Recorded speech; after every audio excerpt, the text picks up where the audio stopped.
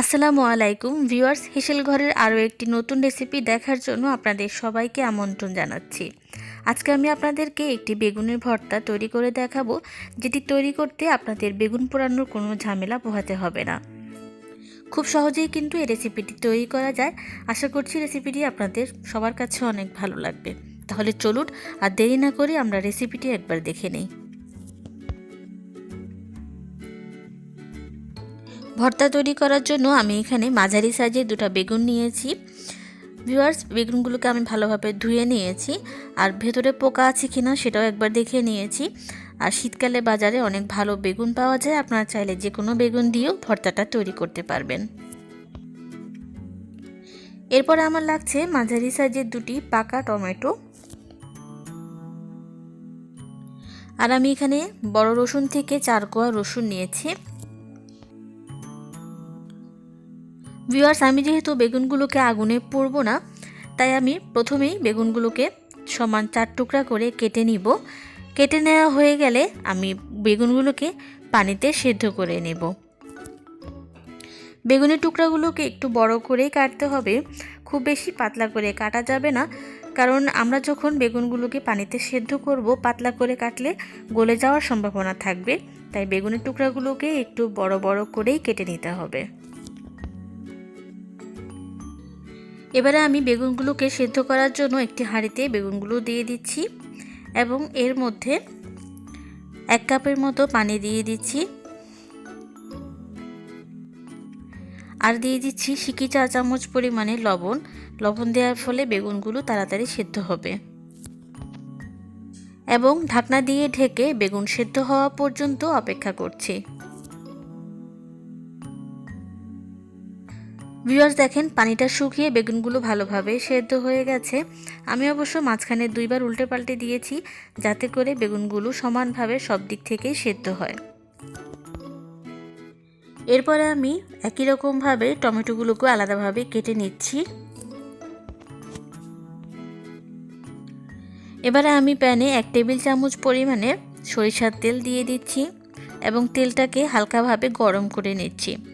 তেলটা গরম হয়ে গেলেই এর মধ্যে আমি কেটে নেওয়া টমেটোগুলো দিয়ে দিচ্ছি। আস্ত রসুনের কোয়াগুলো আমি এর মধ্যে দিয়ে দিচ্ছি এবং ঢাকনা দিয়ে ঢেকে টমেটো এবং রসুনগুলোকে পোড়া পোড়া করে ভেজে নিব। কিছুক্ষণ পর যখন টমেটো এবং রসুনের এক পিঠ ভাজা হয়ে যাবে, তখনই আমি অপর পিঠটাও একই রকম করে ভাজার জন্য টমেটো এবং রসুনগুলোকে একে একে উল্টে দিব। উল্টে দেওয়া হয়ে গেলে আবারও ঢাকনা দিয়ে ঢেকে রসুন এবং টমেটোগুলোকে পোড়া পোড়া করে ভেজে নিব। ভিউয়ার্স, টমেটোগুলো সিদ্ধ হয়ে গেছে। শুধু টমেটোর গায়ে থেকে যে সামান্য পানিটা বের হয়েছে সেটা শুকানোর জন্য ঢাকনাটা খোলা রেখে টমেটোর গায়ে পানিটা শুকিয়ে নেব। ভিউয়ার্স, আমি টমেটো এবং রসুনের মধ্যে যে পোড়া ভাবটা আনতে চেয়েছিলাম সেটি চলে এসেছে। এবার আমি টমেটো এবং রসুনগুলোকে আলাদাভাবে তুলে নিচ্ছি। একই প্যানে আমি 1 টেবিল চামচ পরিমাণে সরিষার তেল দিচ্ছি এবং তেলটা গরম হয়ে এলে এর মধ্যে আগে থেকে সিদ্ধ করে রাখা বেগুনের টুকরোগুলো আমি দিয়ে দিচ্ছি। মিডিয়াম আঁচে ঢাকনা ছাড়াই বেগুনগুলোকেও আমরা একই রকমভাবেই পোড়া পোড়া করে ভেজে নেব। এইভাবে ভেজে নেওয়ার ফলে পোড়ানো বেগুনের মধ্যে যে ফ্লেভারটা পাওয়া যায়, এর মধ্যেও একই রকম স্মোকি ফ্লেভার পাওয়া যাবে। ভিউয়ার্স, আমি মাঝে কয়েকবার উল্টে পাল্টে দিয়ে বেগুনগুলোকে সব দিক থেকেই সমানভাবে ভেজে নিয়েছি। এবারে আমি এগুলোকে চুলা থেকে নামিয়ে নিচ্ছি। আমাদের বেগুন, টমেটো এবং রসুনগুলো ভাজা হয়ে গেছে। এবারে আমরা ফাইনালি ভর্তাটাকে বানিয়ে নিব। তার জন্য প্রথমেই ভেজে নেওয়া বেগুন এবং টমেটোর উপরের যে খোসাটা আছে সেটাকে ছাড়িয়ে নিচ্ছি।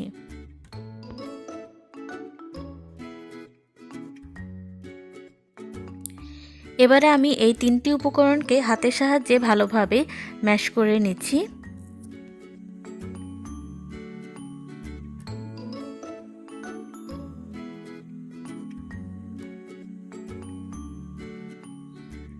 ম্যাশ করা হয়ে গেলে এবারে এই 3টা উপকরণকে আমি হাতের সাহায্যে ভালোভাবে মেখে নিব।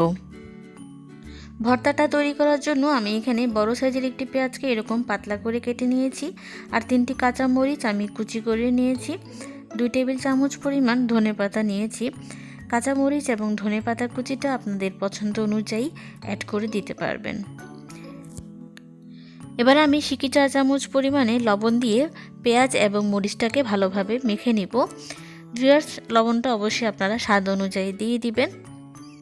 পেঁয়াজ ও কাঁচামরিচটা মাখানো হয়ে গেলে এর মধ্যে আমি ধনেপাতা কুচিটা দিয়ে আবারও সব উপকরণকে ভালোভাবে মেখে নিচ্ছি।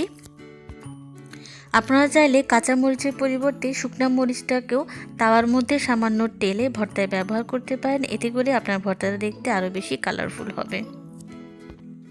এবারে এই পেঁয়াজ, কাঁচামরিচ এবং ধনেপাতা মাখানোটাকে আগে যে বেগুন, টমেটো এবং রসুনটা মেখে রেখেছিলাম তার মধ্যে দিয়ে দিচ্ছি এবং সব উপকরণকে আমি ভালোভাবে মিশিয়ে নিচ্ছি।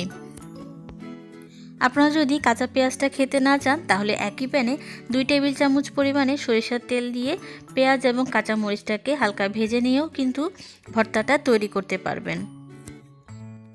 এই পর্যায়ে আমি 2 টেবিল চামচ পরিমাণে সরিষার তেল দিচ্ছি এবং সরিষার তেল দিয়ে আবারও সব উপকরণকে আমি ভালোভাবে মিশিয়ে নিচ্ছি।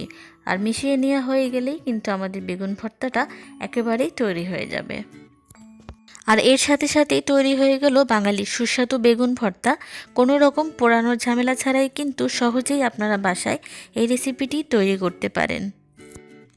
আমরা মাছে ভাতে বাঙালি, বাঙালির ভাতের পাতে এরকম জিভে জল আনা এক পদ ভর্তা থাকতে কিন্তু মন্দ হয় না। আশা করছি রেসিপিটি আপনাদের সবার কাছে অনেক ভালো লেগেছে।